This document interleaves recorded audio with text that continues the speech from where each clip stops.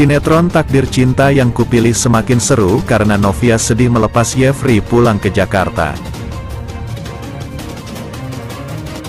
Episode Takdir Cinta Yang Kupilih sebelumnya, Esti menasehati Novia untuk tidur dengan Jeffrey. Novia bilang Jeffrey menolak bantuannya saat akan ditemani. Esti bilang Jeffrey tidak ingin merepotkan Novia.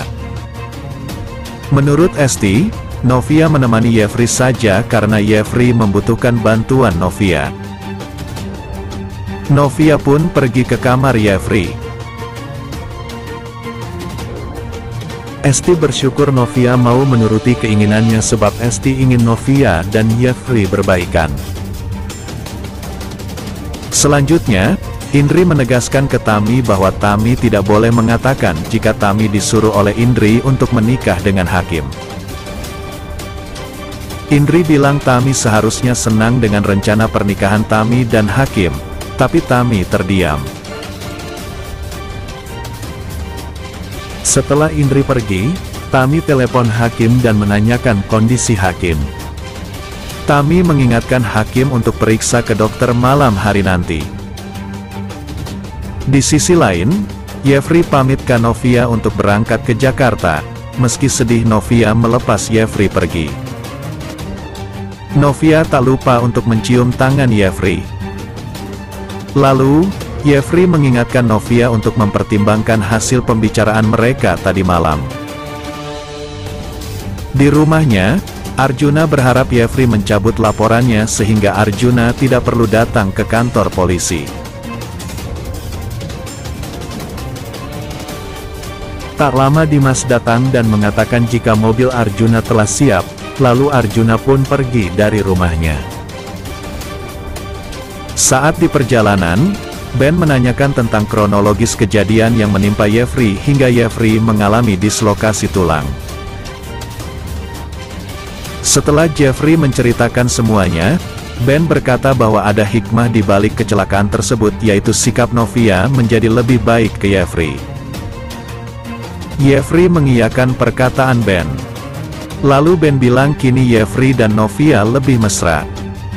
Jeffrey bilang kalau ada pelangi setelah badai.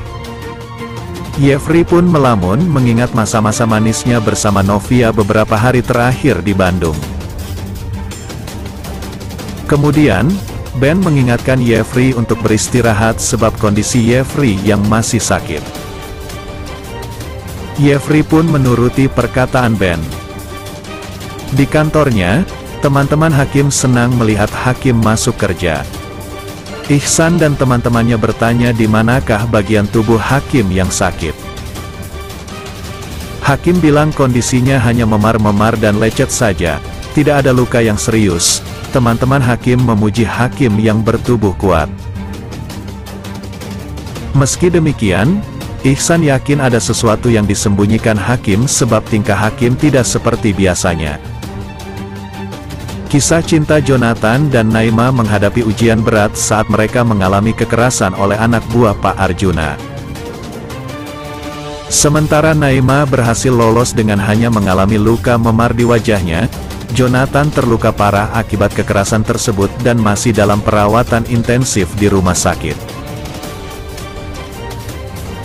Kondisi fisik Jonathan sangat buruk dan butuh waktu lama untuk pulih sepenuhnya. Ketika orang tua Naima mengetahui kejadian tersebut dan mengunjungi rumah sakit, ketegangan meningkat. Orang tua Naima mendengar kebenaran dari Naima mengenai kejadian tersebut, bahwa Naima telah diculik oleh musuh Jonathan dan berencana untuk membalas dendam. Informasi Naima membuat para orang tua merasakan kengerian dari kejadian tersebut. Orang tua Naima sangat khawatir dan takut jika Naima tetap tinggal bersama Jonathan, ia akan mengalami kekerasan yang lebih buruk dari musuh yang tidak dikenal. Orang tua Naima akhirnya memutuskan bahwa Naima harus menjauhi Jonathan demi keselamatannya. Namun, Naima tidak ingin meninggalkan Jonathan sendirian di rumah sakit dan meminta izin kepada orang tuanya untuk merawat dan mendukungnya selama masa pemulihan. Kisah cinta Jonathan dan Naima menjadi semakin dramatis, tidak hanya karena masalah anak Jonathan, tetapi juga karena keselamatan Naima yang terancam. Situasi semakin diperumit dengan keputusan orang tua Naima yang menentang hubungan mereka.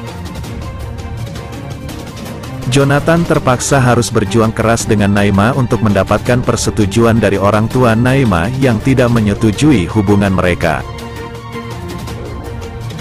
Sementara itu, Ibu Indri panik dan khawatir akan masa depan Hakim. Ia membayangkan Hakim akan menjadi tua dan kesepian dan tidak memiliki keluarga. Ibu Indri menjadi pesimis dan khawatir bahwa Hakim tidak akan pernah bisa memiliki anak. Untuk mencari solusi, Ibu Indri menemui Tami di sebuah kafe di mana Ibu Indri menceritakan kekhawatirannya kepada Tami dan meminta Tami untuk bertanggung jawab atas kesedihan Hakim. Ibu Indri sangat menyarankan agar Tami menikah dengan Hakim. Telah dinyatakan bahwa Hakim tidak dapat memiliki anak, tetapi Tami mencintai Hakim dengan sepenuh hati dan siap untuk bertanggung jawab dan menikahinya. Pertemuan ini akan menentukan apakah hubungan Tami dan Hakim akan mendapat restu dari Bu Indri yang keras atau sebaliknya. Sementara itu, pada adegan berikutnya, Jeffrey melakukan perjalanan ke Bandung dan kemudian ke Jakarta di pagi hari untuk menjemput Pinjamin. Tetapi rencana Jeffrey adalah pergi ke VSTV dan bertemu dengan staf HRD. Dengan kata lain, mengingat lengan Jeffrey masih sakit dan dia tidak dapat bekerja karena kondisinya saat ini, dia akan meminta HRD untuk mengembalikan posisi asisten yang telah dijaminkan kepada Jeffrey. Dengan demikian, Jeffrey memiliki alasan untuk melawan ketika Pak Arjuna, ayahnya, masih berusaha mencampuri urusan Pinjamin.